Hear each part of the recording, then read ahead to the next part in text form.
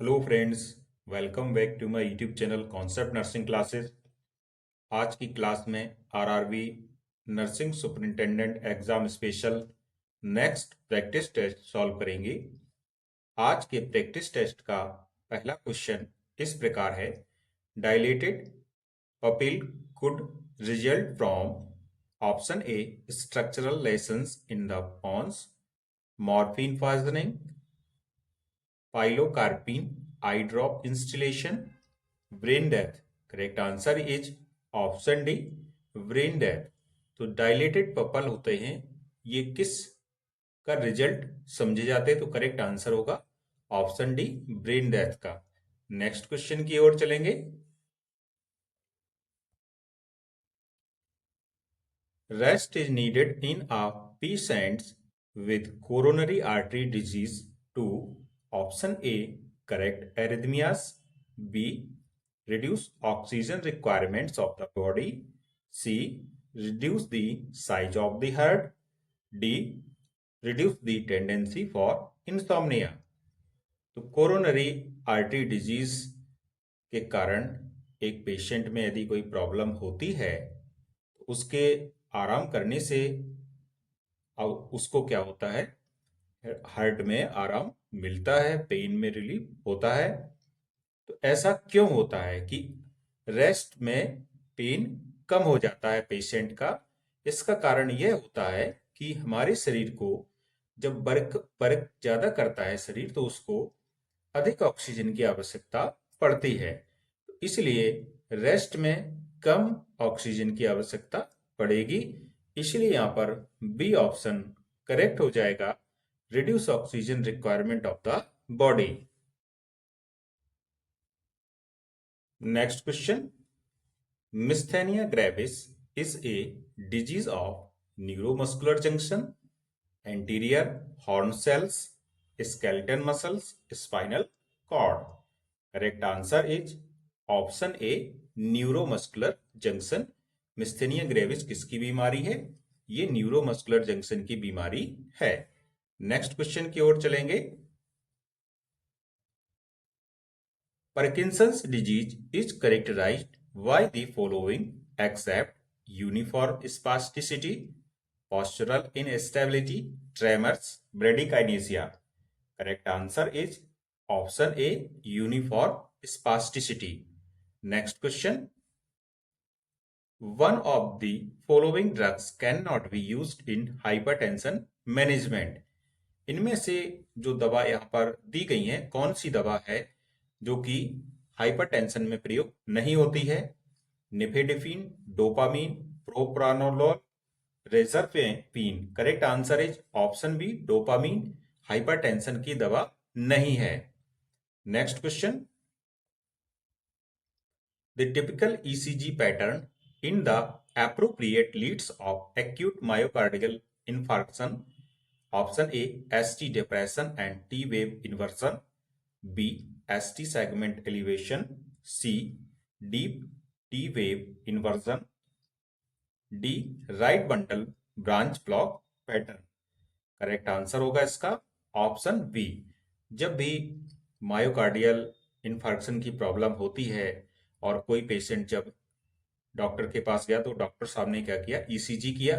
तो ईसीजी में कुछ चेंजेस देखने को मिलेंगे। क्या चेंजेस देखने को मिलेंगे कि उसमें होता क्या है कि जो पी क्यूआरएस कॉम्प्लेक्स हो गया और टी, तो यहाँ पर जो एसटी सेगमेंट होता है, इसमें क्या देखने को मिलेगा?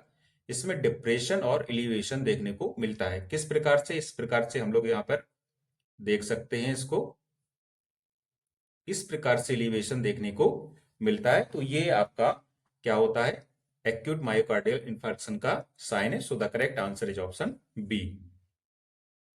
नेक्स्ट क्वेश्चन की ओर चलेंगे।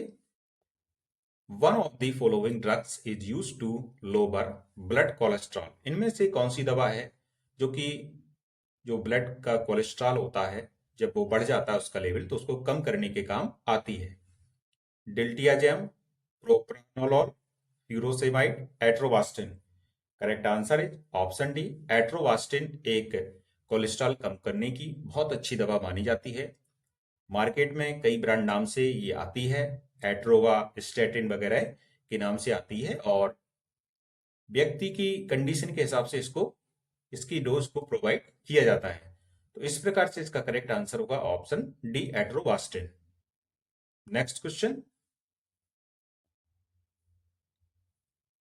One of the following is an anti platelet drug. इनमें से ऐसी कौन सी ड्रग है, एक कौन सी ऐसी दवा है जो कि प्लेटलेट काउंट को कम करने का काम करती है? डिगॉक्सिन, स्ट्रेप्टोकाइनिस, एस्पिरिन या डोब्यूटामीन। करेक्ट आंसर होगा ऑप्शन सी, एस्पिरिन एक ऐसी दवा है जो कि एंटी प्लेटलेट मानी जाती है क्योंकि यह प्लेटलेट्स काउंट को कम करने का काम करती है। Next question, the drug that is used to treat cyanotic spell in a child is morphine, pethidine, diazepam, haloperidol. यहाँ पर बात हो रही है एक ट्रीटमेंट की, साइनोटिक स्पेल इन चाइल्ड। तो इसके लिए जो ड्रग यूज की जाती है वो है morphine. So the correct answer is option A. Next question, the supportive cells of the nervous system are T cells, stem cells, glial cells, astrocytes. Correct answer is option C, glial cells. ये supportive cells होती हैं किसकी? Nervous system की। Next question, a 35-year-old smoker with gangrene toe most probably suffer from। एक 35 साल का व्यक्ति है जिसको कि अंगूठे में, पैर के अंगूठे में उसको गैंग्रीन की प्रॉब्लम है। तो उनमें से ऐसे व्यक्ति में जो सबसे अधिक प्रॉब्लम देखने को मिलेगी क्या होगी? Option A, thrombo angiitis obliteration, B, Raynaud's disease, C, atherosclerosis, D, arteriovenous fistula. Correct answer is option A, thrombo angiitis obliteration. Next question की ओर चलेंगे। Next question, the treatment of mitral stenosis is. Mitral stenosis का जो treatment होता है क्या है? Balloon, valvotomy, PTCA, bypass surgery, angiogram. तो जब बात होती है मिट्रल स्टीनोसिस की, तो मिट्रल स्टीनोसिस एक ऐसी बीमारी है जिसमें कि जो हार्ट के, हम लोग जानते हैं कि 4 चैम्बर होते हैं। तो यहाँ पर जो लेफ्ट साइड होता है, लेफ्ट वेंट्रिकल और लेफ्ट ऑरिकल, तो लेफ्ट वेंट्रिकल और लेफ्ट ऑरिकल के बीच में एक बाल्ब पाया जाता है जिसको कि हम लोग बोलते हैं क्या? मिट्रल बाल्ब। यहाँ पर एक मिट्रल बाल्ब होता है जिसको बाइकस्पिड बाल्ब भी बोला जाता है। अब होता क्या है कि जब वेंट्रिकल और आर्टिकल के बीच में, अलिंद और निलय के बीच में जो बाल्ब पाया जाता है जिसको कि बाइकस्पिड बाल्ब बोला जाता है, इस बाल्ब में हो जाती है सिकुड़न, आ जाती है, कंस्ट्रिक्ट हो जाता है बाल्ब। जब ये कंस्ट्रिक्ट हो जाएगा तो यहाँ से जो ब्लड फ्लो है वो अच्छी ढंग से नहीं हो पाता है। जब अच्छे ढंग से नहीं हो पाएगा तो आप समझ सकते हैं कि प्रॉब्लम क्रिएट हो गई। तो इसके लिए ट्रीटमेंट, जो इसका जो मुख्य कारण है, ये रियूमेटिक हार्ट डिजीज को माना जाता है। अब बात करते हैं इसके ट्रीटमेंट की। चूंकि यहाँ पर क्वेश्चन हम लोगों से ट्रीटमेंट के संबंध में पूछा गया है, तो इसका जो ट्रीटमेंट है वो बैलून बेल्वोटॉमी होता है।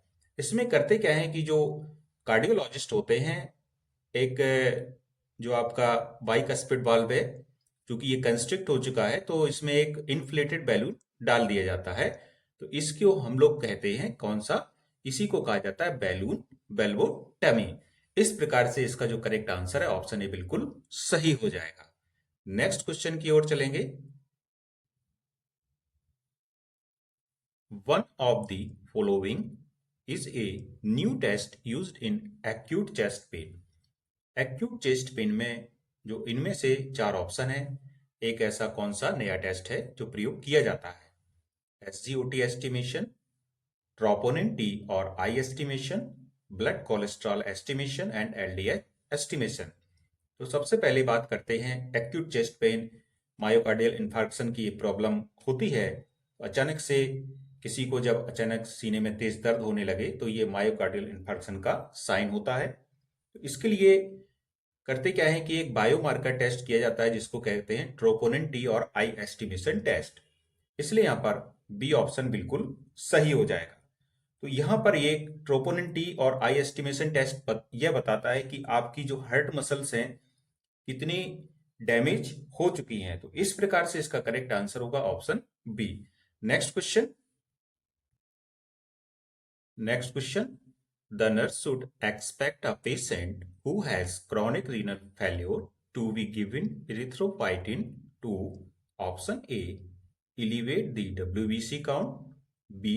Enhance the maturation of thrombocytes. C. Increase the production of platelets. Stimulate the synthesis of red blood cells.